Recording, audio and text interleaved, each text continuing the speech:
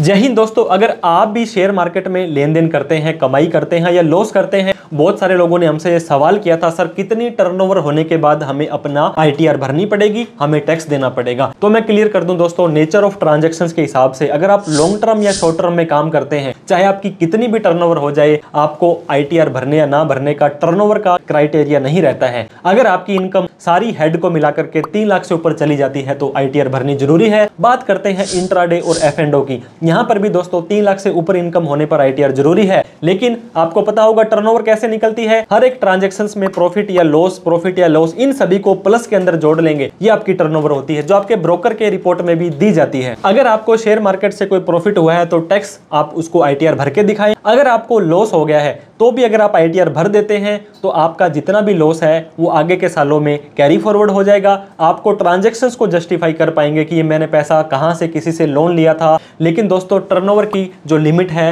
वो है 10 करोड़ रुपए। अगर आपकी 10 करोड़ से ज्यादा की लिमिट टर्नओवर की चली जाती है तो किसी चार्टर्ड अकाउंटेंट से टैक्स ऑडिट करवाने के बाद आपको आईटीआर 3 का भरना पड़ेगा। इसके अलावा दोस्तों अगर आप पिछले किसी भी साल में, पिछले 5 सालों में प्रेजम्पटिव टैक्सेशन यानी कि आपने अपनी सेल का 8 या 6% सेक्शन 44 एडी में दिखाया था और इस साल भी आपको सेक्शन 44 एडी की लिमिट को मानना पड़ेगा। अगर आपकी जो नेट प्रॉफिट है आपकी टर्नओवर का 8 या 6% से कम दिखा रहे हैं और आपकी इनकम बेसिक एग्जम्पशन लिमिट से ज्यादा है तो किसी चार्टर्ड अकाउंटेंट से ऑडिट करवाने की आईटीआर भरनी पड़ेगी। अदरवाइज 10 करोड़ रुपए तक की टर्नओवर पर भी आपको ऑडिट कराने की जरूरत नहीं है। 3 लाख से कम इनकम पर भी आपको आईटीआर भरने की जरूरत नहीं है। Thank you so much for watching this video. जय हिंद, जय भारत।